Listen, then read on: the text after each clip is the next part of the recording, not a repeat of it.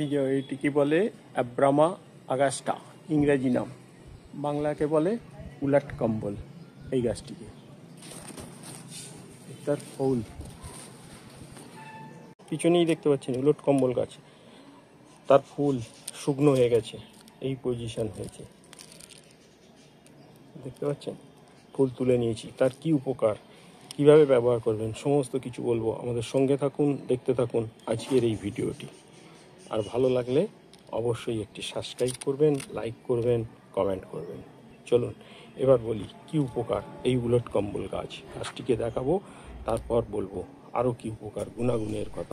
এই হচ্ছে উলট কম্বল গাছের ফুল, তার বীজ, দানা দেখতে পাচ্ছেন, শুকিয়ে গেছে, তুলে নিয়েছি। আজকে বলবো কি গুণ তার। আগাছা বলে অবহেলা করবেন না, লাখ টাকার ঔষধ এই গাছে।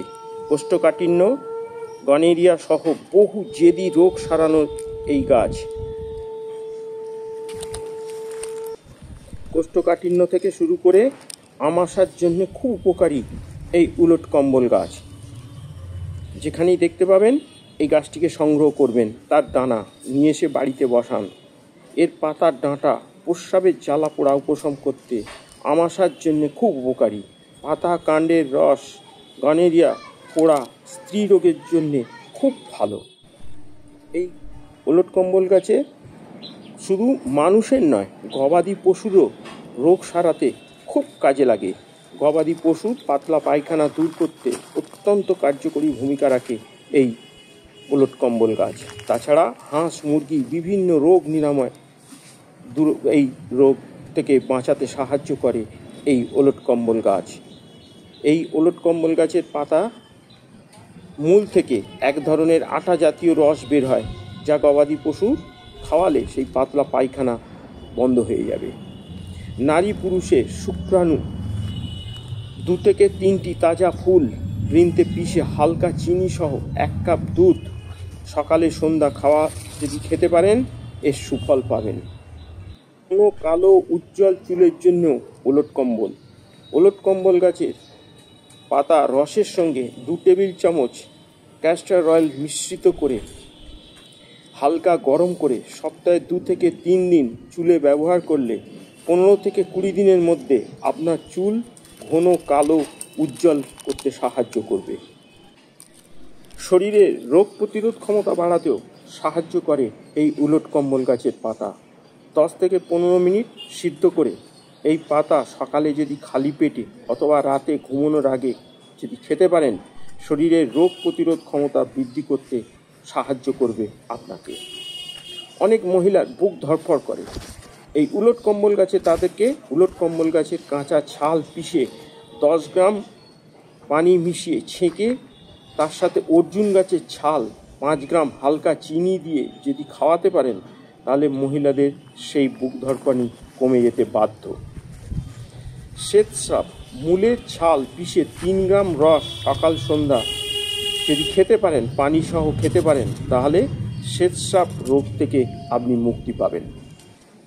মহিলারা অনেক সময় অনিয়মিত ঋতুস্রাবে ভোগেন, তাদের জন্য এই উলট কম্বল গাছের মূল পানি দিয়ে পরিষ্কার করে বেটে হালকা গরম পানির সঙ্গে মিশিয়ে দিনে যদি একবার খেতে পারে মেয়েদের জন্যে, তাহলে অনিয়মিত ঋতুস্রাব থেকে আপনি মুক্তি পাবেন। শরীরের ব্যথা, উলট কম্বল বীজের তেল শরীরের ব্যথা দূর করতে খুব কার্যকরী ভূমিকা রাখে।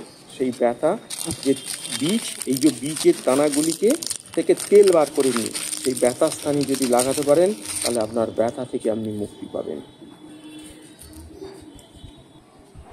প্রস্রাবের জ্বালা পোড়া থেকে মুক্তি পেতে কয়েকটি ফুল পিষে 250 ml জলের সঙ্গে হালকা চিনি সহ খেলে এই রোগ থেকে, প্রস্রাবের জ্বালা পোড়া থেকেও আপনি মুক্তি পাবেন।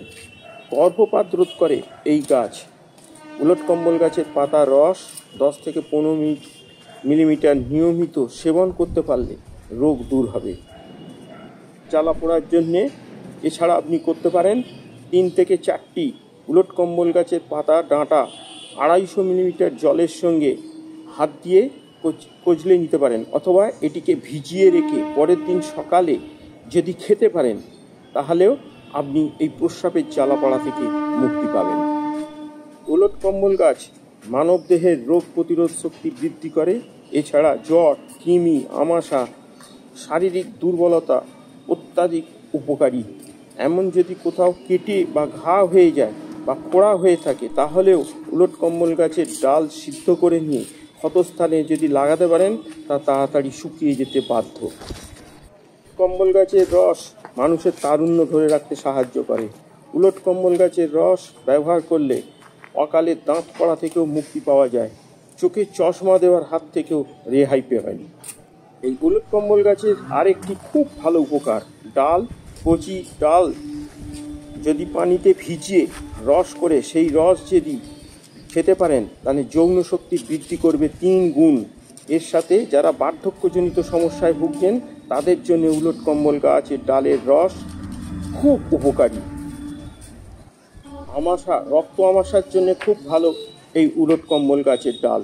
যদি ভিজিয়ে রেখে পরের দিন সারা রাত ভিজিয়ে রেখে সকালে সেটি ছেঁকে নিয়ে সেই জল যদি খেতে পারেন, তাহলে সেই রক্ত আমাশা আপনার ভালো হয়ে যেতে বাধ্য। আজকে আমি এই ভিডিও এখানেই শেষ করলাম। নমস্কার।